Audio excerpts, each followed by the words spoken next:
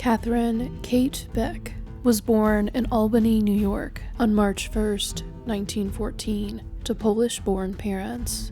She had one brother and 5 sisters. The Becks were a deeply religious Catholic family. Kate's faith would remain a central feature of her life. Despite this, when she got married, it was not in a church. On July 3rd, 1938, Kate married Jesse Blackburn in a City Hall ceremony. Jesse had been married previously, so they could not be married in the Catholic Church. While Kate could not enter into her marriage in accordance with her religious beliefs, those beliefs kept her in it. Kate and Jesse only lived together as husband and wife for a very short period of time. Jesse was in the United States Army Air Corps, which meant he had to move around a lot, both overseas and to various bases on the West Coast, based on where he was stationed. Kate was not interested in leaving her life in Albany and her family behind. Furthermore, based on letters they exchanged, the responsible and regimented Kate quickly grew frustrated with how unreliable and irresponsible her husband was. However, while they lived separate lives, the couple did not divorce, as doing so was against Kate's religious beliefs. They maintained a cordial relationship, periodically exchanging letters, although Kate would also sometimes get letters from the various girlfriends Jesse had over the years. Kate would even wire Jesse money if he needed it, which he often did. Once his service in the Air Corps ended, Jesse took a civilian job working for the Army, which eventually led to him moving to Japan. Kate was employed for 30 years at the Mohawk Brush Company, where she eventually became a forewoman. On Saturday, September 12, 1964, 50-year-old Kate worked half a day at the factory and arrived home around noon.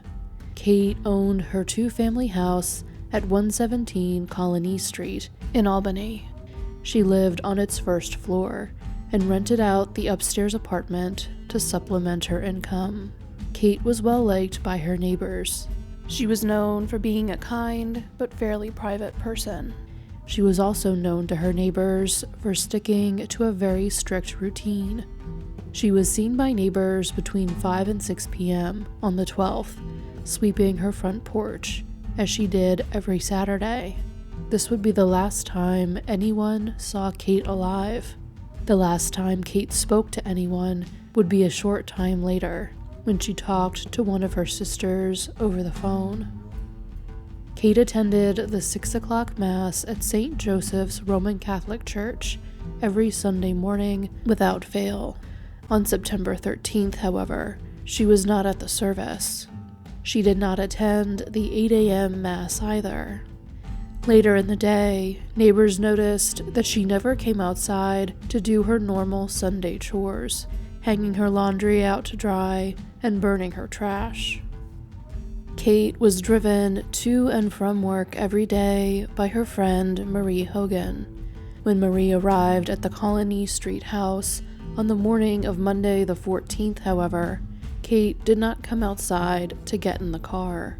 She did not answer the door either. Concerned, Marie reached out to Kate's 19-year-old niece, Sandy. Sandy had time before she had to start work that day, so she decided to go over to her Aunt Kate's house to check on her, since it was so unusual for her to deviate from her normal routine. She asked her sister Marianne to go with her, but Marianne said no, because she had to get to school. She had just started the 10th grade. Therefore, Sandy instead asked her Aunt Anna, another one of Kate's sisters, to go over to the house on Colony Street with her. Sandy and Anna knocked on the door, but, like Marie, got no answer. Sandy began tossing pebbles at various windows, hoping to get her aunt's attention in whatever room she was in at the time. There was still no answer from Kate. Sandy and Anna then realized they could get inside through the unlocked cellar door. They went through the basement and up the stairs, into the foyer shared by Kate's first-floor apartment, and the stairs that led to the upstairs rental unit. The door to Kate's part of the house was unlocked, and Sandy and Anna were able to get inside.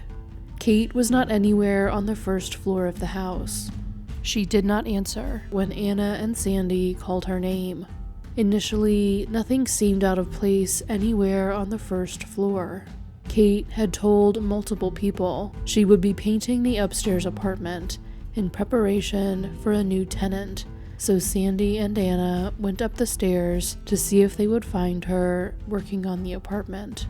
When they reached the top of the stairs, they saw that the front door of the apartment was open. They also saw Kate lying on the floor of the unit's living room. They ran to call an ambulance to help her, but when it arrived, the paramedics called the police and told Anna and Sandy that there had been a homicide. Kate Blackburn was dead. Kate's body was found in the living room of the upstairs unit, but that was not where she was killed. Blood evidence at the scene indicated that she had initially been attacked in an entryway between the upstairs unit's kitchen and back bedroom. She had been struck on the back of her head multiple times, resulting in skull fractures. Some of her fingers were broken from Kate grabbing the back of her head after the first strike and interrupting the next blow. Investigators believe that Kate may have been attacked with items from her own home. The object used to inflict the head wounds may have been a small hammer or meat tenderizer taken from Kate's kitchen without her noticing. The killer could have taken it while Kate was getting the keys to the upstairs apartment from the lockbox in her bedroom where she kept them. After Kate was incapacitated or unconscious from the blows to her head and lying face down on the kitchen floor, the killer made the first of what would be numerous trips between the house's two apartments. He went downstairs and got one of Kate's kitchen knives. He then returned to the upstairs unit, where he turned Kate over onto her back and stabbed her once in the left side of her neck and once on the front of it. The second stab cut her carotid artery, and Kate bled to death. The killer then went downstairs and broke into a cedar hope chest in order to take a white linen sheet.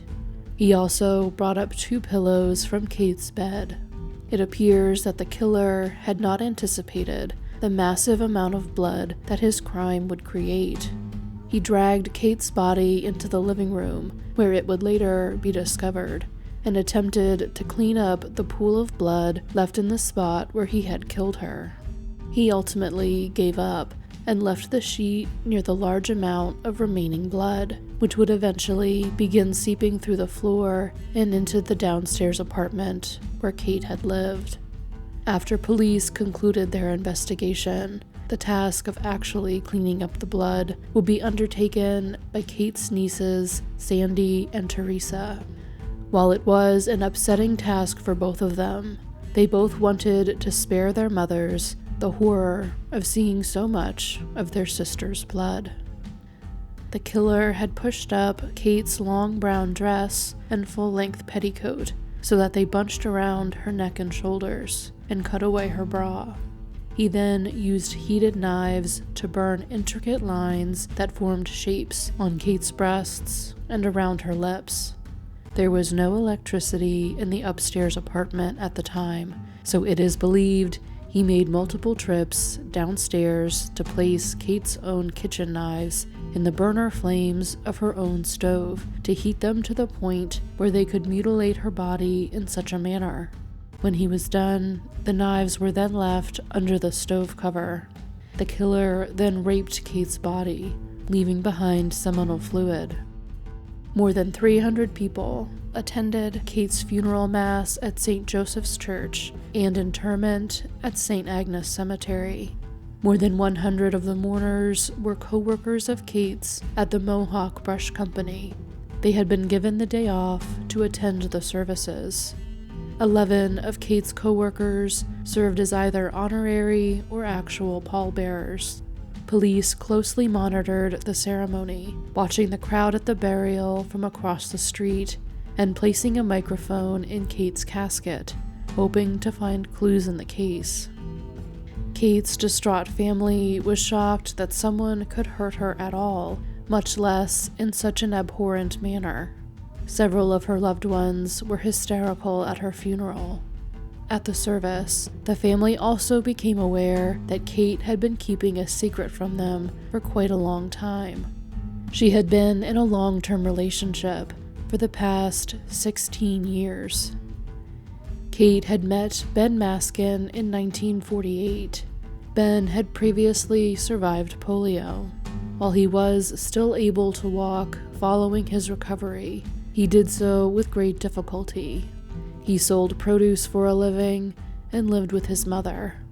According to Ben, he and Kate had fallen in love shortly after they met, but their relationship had progressed very slowly, as Kate still took her marriage vows seriously, despite her long separation from her husband.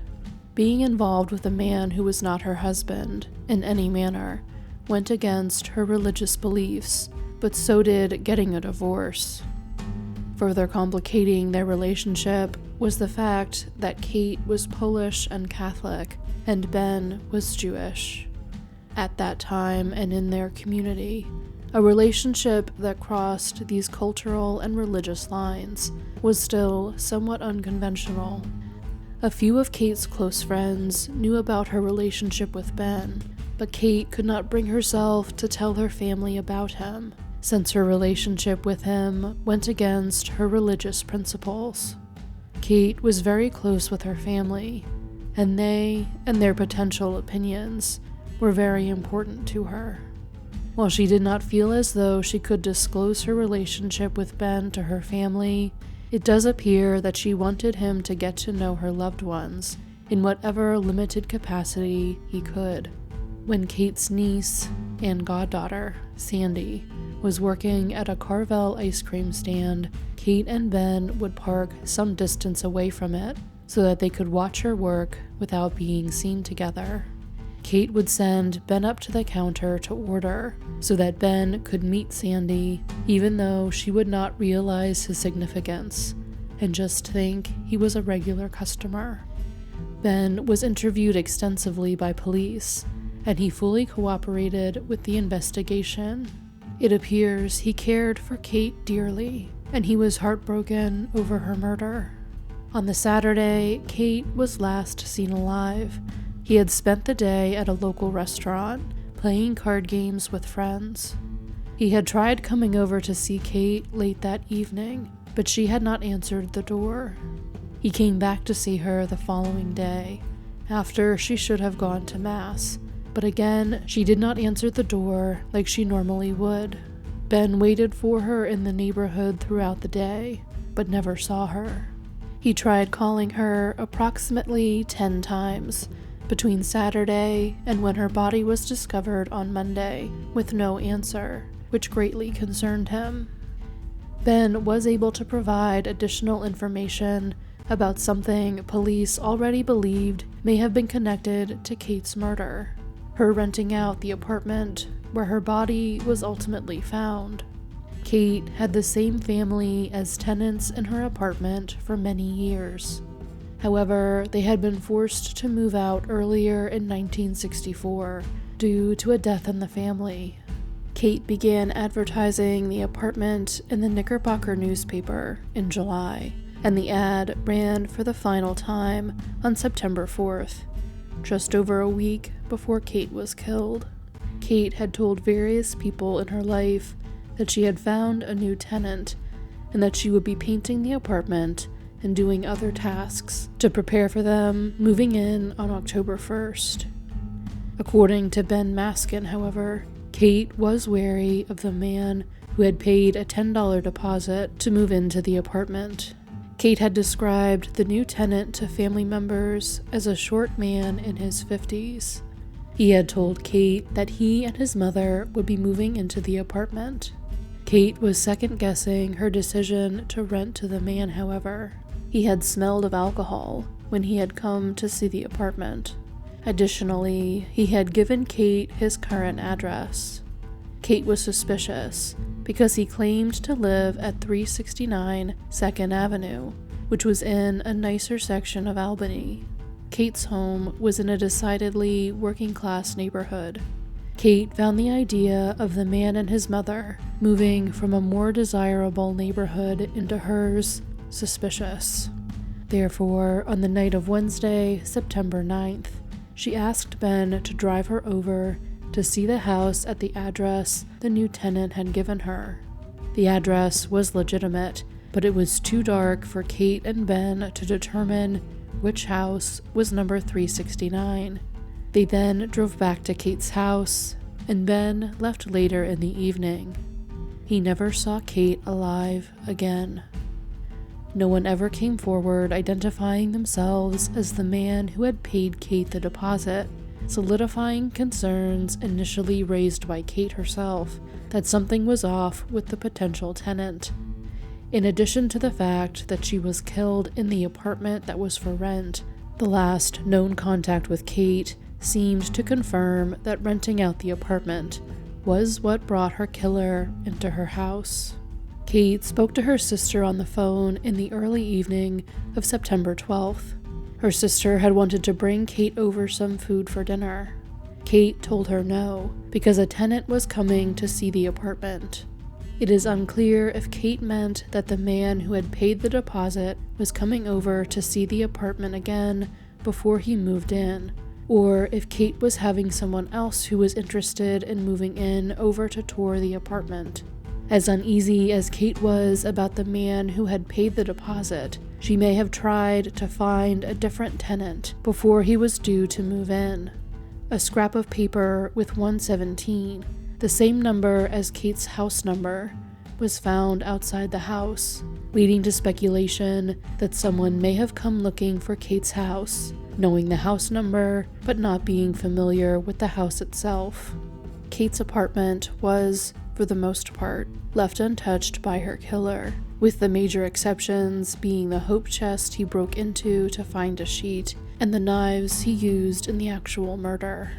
However, the one item he specifically looked for and took part of supported the theory that Kate had been killed by the man who had previously paid her the deposit. Kate kept a rent receipt book in a hutch in her living room. She would fill out a slip of paper when she was paid rent or a deposit. The stub would remain in the book so that Kate would have a record of the payments, and she would rip out a receipt to give to the person who had paid her. The killer had gone through the hutch and found the receipt book, the last page of the book that had been written on, and the 4 pages behind it, including the stubs that were designed to remain in the book, had been ripped out. Police believed that the killer's name had been written in that book, and that he had taken the pages so that he could not be identified. Experts were still able to detect the faint impressions left on the paper by Kate writing on the pages above the ones which remained through indentation analysis. The name on the receipt for the $10 deposit was Robert Broadhead, or something similar. Various experts who examined the receipt book were confident in the first name being Robert, but could not be as certain about the last name.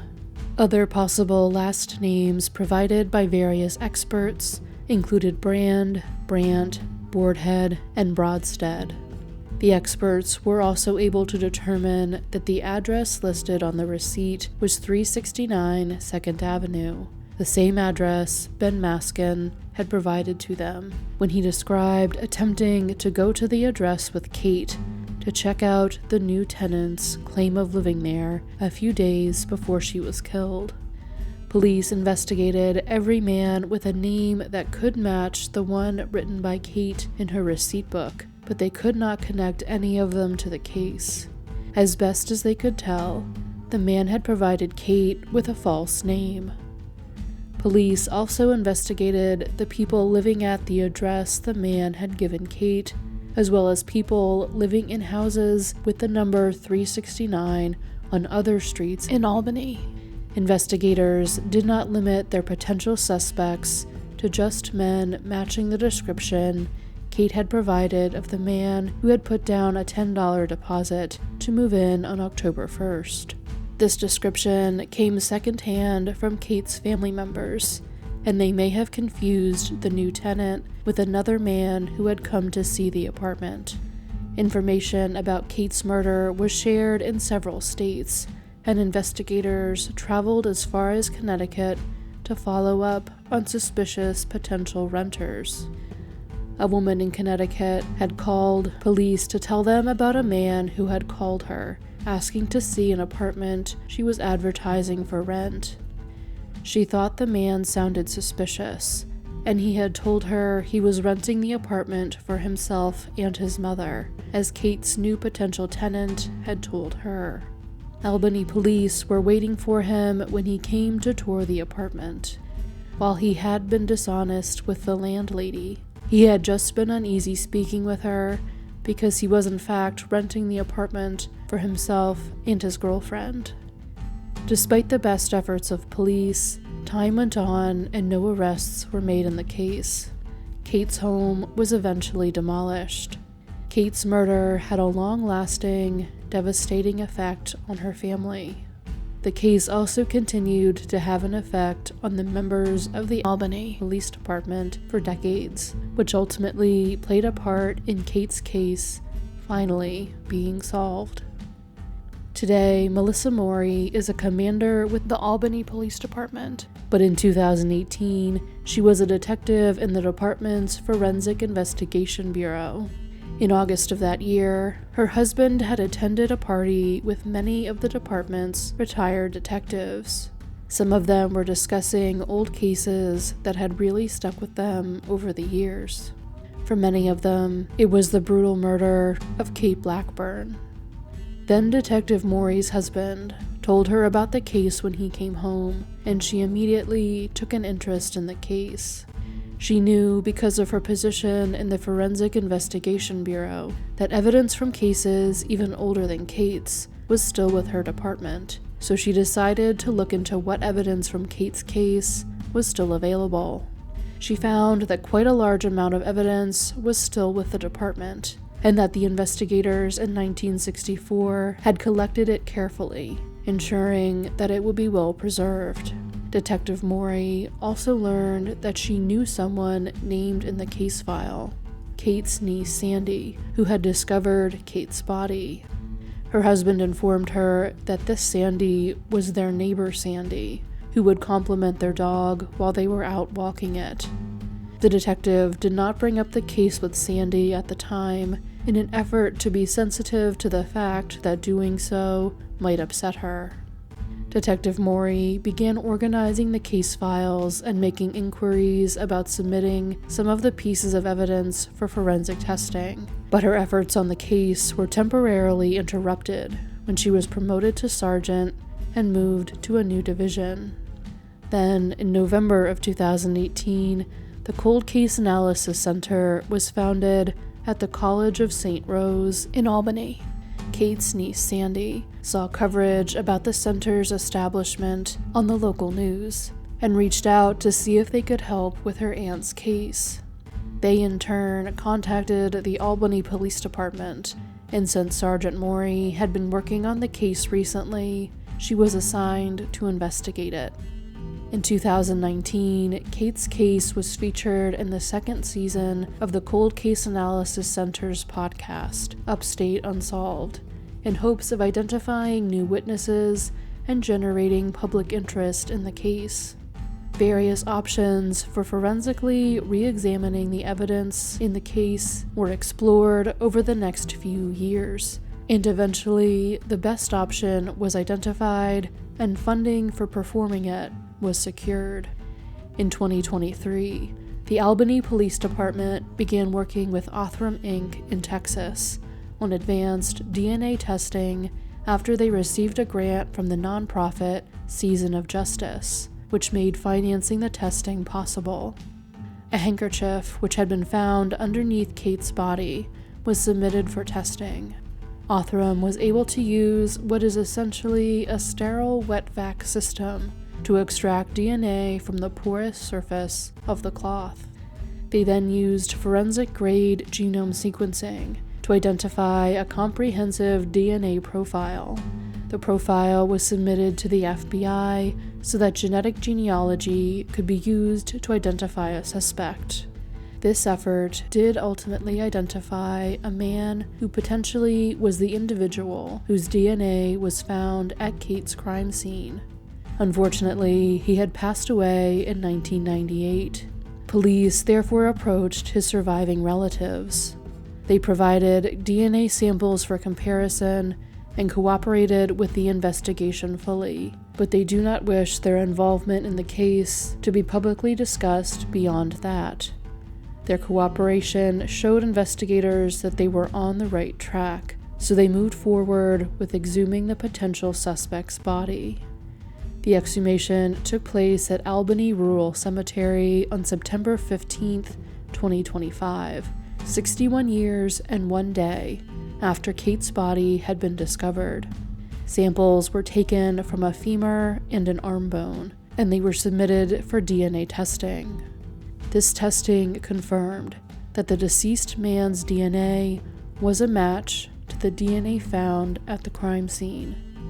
On October 8, 2025, police in Albany announced that after 61 years, they had finally identified the killer of Kate Blackburn as Joseph Nowakowski. Nowakowski was born in Albany in August of 1931. There are no indications that he and Kate knew each other. His criminal activity began before he killed Kate and continued on in the years after the murder. He was in and out of prison for many years. In 1973, he was arrested in Schenectady, New York, for viciously attacking an elderly woman in the apartment where she lived alone. He was released from prison in 1980 after serving his sentence for that crime, and he did not have further significant contact with police for the last 18 years of his life. Now that his involvement in Kate's murder has been confirmed, his DNA profile is being uploaded to criminal databases in case he is tied to any other cold cases. Multiple members of Kate's surviving family attended the press conference announcing that the case was finally solved and that they finally had some answers about the crime that had impacted their family so deeply. Several of Kate's nieces spoke at the event to thank everyone who had worked so tirelessly on the case and to memorialize their beloved aunt. My name is Mary Ann Simard, and I want to say to you, do you believe in miracles? Prayers are so powerful. I stand before you to say that our family received a miracle. Thank you. After 61 years, we now know who murdered Catherine Blackburn. Our Aunt Kate loved her faith, family, and friends. She was a daughter, sister, aunt, friend, and neighbor. She was the supervisor at the Mohawk Brush Company on Fuller Road in Albany. She was well respected and loved by her co-workers. On behalf of Catherine Blackburn, we would like to thank Commander Melissa Morey, Christina Lane and her interns, and most of all, the Albany Police Department for preserving all that they did for 61 years.